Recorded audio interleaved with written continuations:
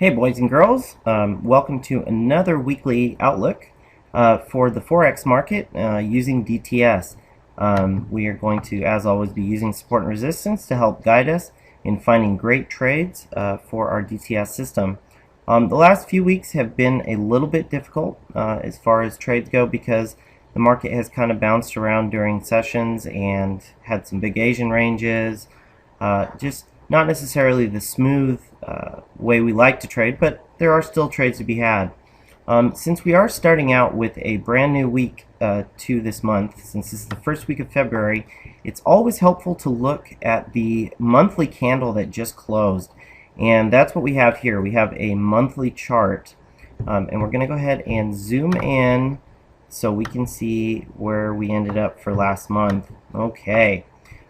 This is the January candle for the Euro USD, and that's an entire month worth of price information, all chalked into that one candle.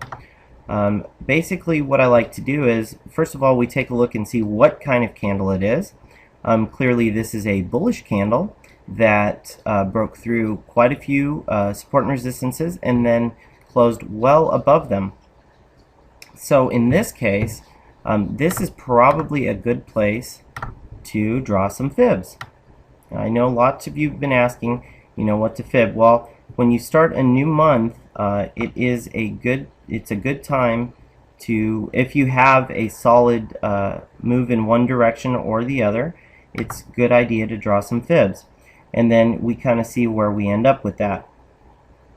So we can see here that we have the 38.2% fib retracement at around 3,400.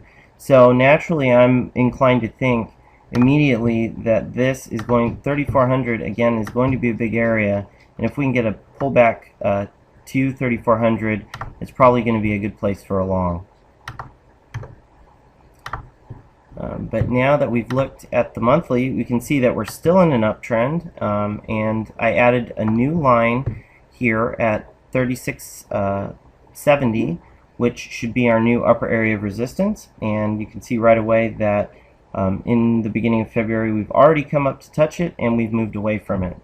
So let's go ahead and go down to the weekly candle. And you can see an attempt was made to get up there, but it failed. So immediately what we're going to be looking for, just based on the weekly, is we want either a breakout of this area followed by the pullback, and then with a view to a long, or alternatively we can always take bounce trades short off of that. And again, if we can get back down to 3,400, that would be a great place to take a long. It almost coincides with the trend line as well. That's probably a really good place to take a trade. So that's just based off the weekly candles. Move down to the daily. And swing. We can see it even more clearly that, again, we talked about this in earlier videos, that this was an area that price was stuck in, finally broke through, and now we had one day where it almost pulled back, followed by a long. And had you gotten on that trade, that would be worth almost 200 pips, or a little bit more than 200 pips actually. Now what the difficulty has been, and you can really see it more clearly on the hourly chart, is the fact that price has come up to this area, and you can see that we got a good bounce off of it, but price action has been somewhat difficult. You can see here we had a good bearish candle, which would make you think, oh, price is going to continue on down to the next support. But right after this bearish candle, we had this huge bullish candle, which pierced and broke through the resistance, but then immediately came and broke back down through. That is not exactly the prettiest price action that we're looking for, and that is rather difficult to deal with. So going forward, again, we want a breakout of this area again, followed by a pullback and then a long signal. Now, this is the importance of not just placing forward orders like a long order at the support, because sometimes it's broken, and this is where the power of DTS comes into play. Had you just placed the forward order, you would have lost, but if you wait for a DTS signal long off that area, then you have a better chance to win. But instead it broke through. It did pull back here, and then you could have had a short signal off of that line going down. And that would have been an excellent trade to take. But for right now, we are looking for either a breakout and a pullback of that area, or we want to pull back to around 3,400 to take a long. And that is kind of a big area, but there's also over 200 pips within it to make some money. So that's what we're looking for on the euro this week, and we'll see what's going to happen with that. Let's move on to the pound versus the US dollar. Now, interestingly enough, here's the pound on the daily chart. Now, what we had seen in the last couple of weeks prior to this one is that the pound has been making some downfall. And after we passed through 58.20, we retraced a bit above it, which was actually quite difficult to trade last week. And then we broke away from 5800 and 58.20 again, all while the euro was rising. Ironically, as the euro fell towards the end of the week, the pound rose. And to be honest with you, I didn't take a single pound US dollar trade this week at all. I only focused on 4 pairs, which was the Euro USD, the Euro Yen, the Aussie Yen, and actually the Pound Yen. I am trying to incorporate the Pound Yen into our trading because it does provide a whole lot of daily range. It does tend to be volatile, like ×2 over the Pound USD, which makes the Pound USD difficult to trade because of its volatility, and the Pound Yen is no exception. It screams away in one direction and then reverses hard in the other. So I'm still kind of tinkering with that, and when I am comfortable enough with the results, I will start incorporating it into our weekly analysis and our weekly live trading sessions. So although I'm heartened by the results this week, and when you see the pip gains, take it with a grain of salt. It's only 1 week worth of testing, and we're going to be working more on it. If we can get a good understanding and using the Pound Yen correctly, it could be a very big pair for us to trade with DTS. But for right now, we'll just focus on the major component, which is the pound versus the US dollar. Again, we bottomed out at around 56.25 area, and that is going to provide a support. So this is a good time to add another line here.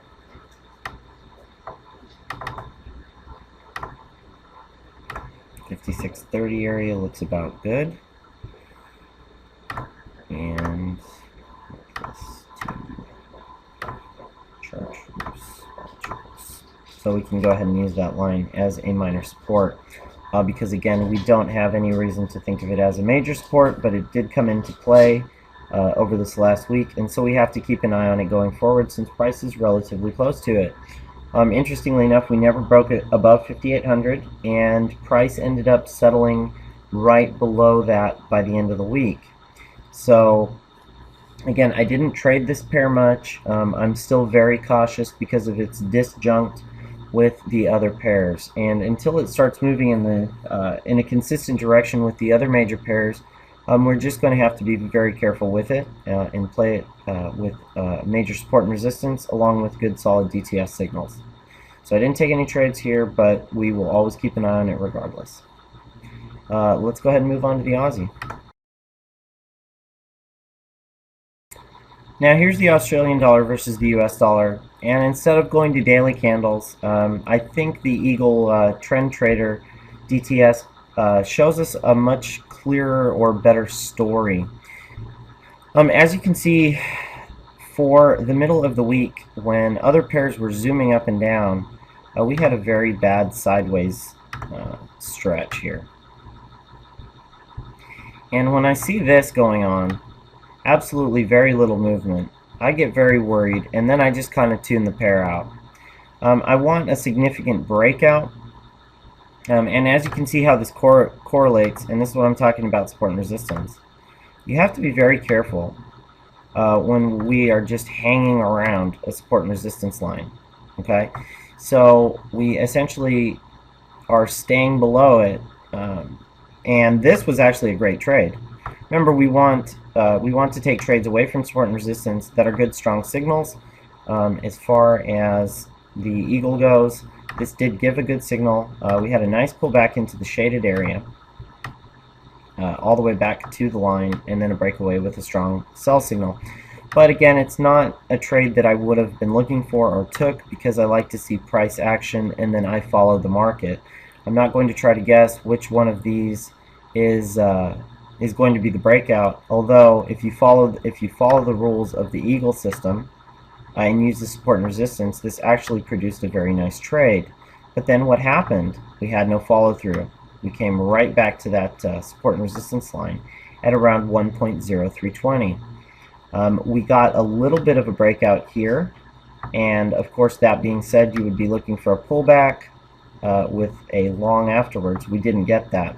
So right into the end of the week, things were not looking good, and I did not take a single trade on this pair this week.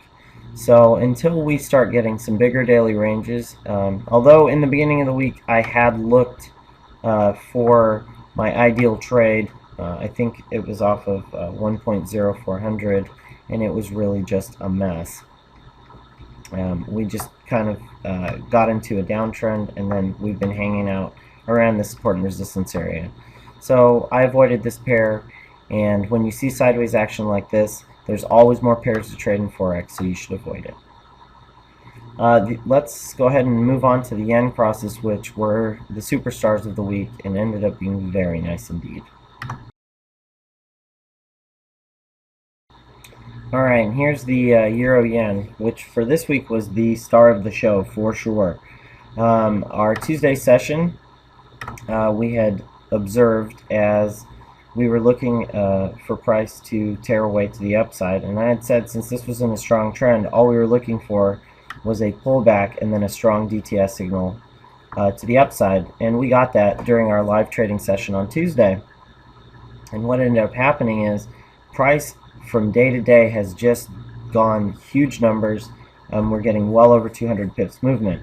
So you actually could catch multiple entries on Tuesday, and I took a bunch of longs even as we fell off towards the end of the week, just like the Euro USD did.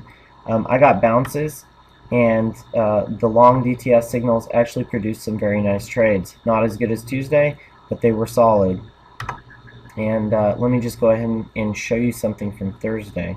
So even though you look here on the daily chart and you see that it was in a downtrend after peaking at around 128 on Wednesday, the rest of the week, because of the volatility of the yen crosses, you can still make money in both directions.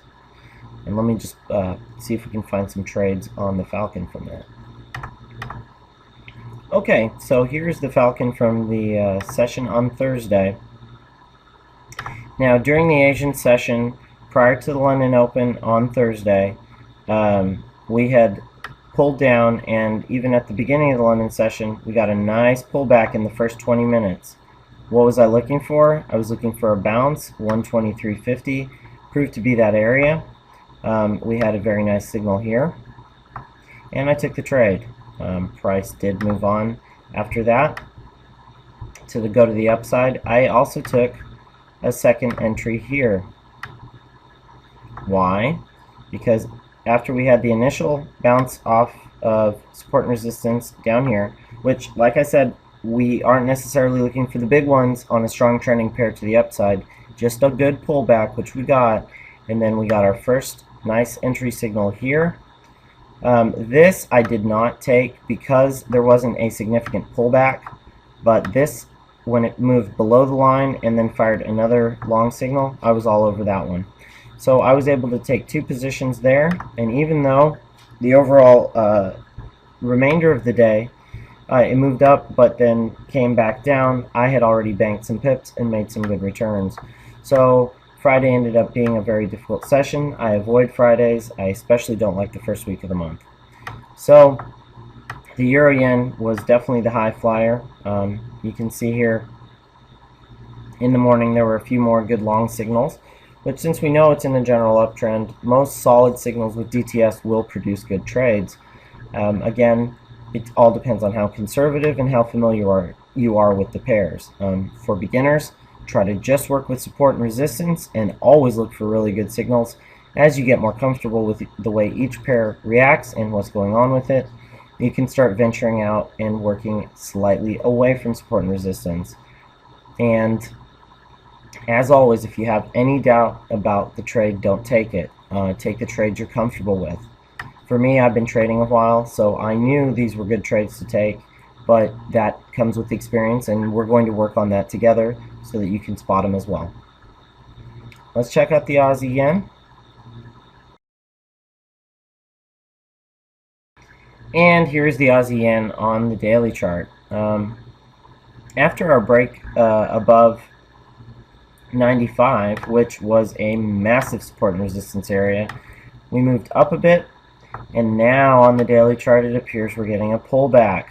So if anybody's paid attention, you can imagine what I'm thinking.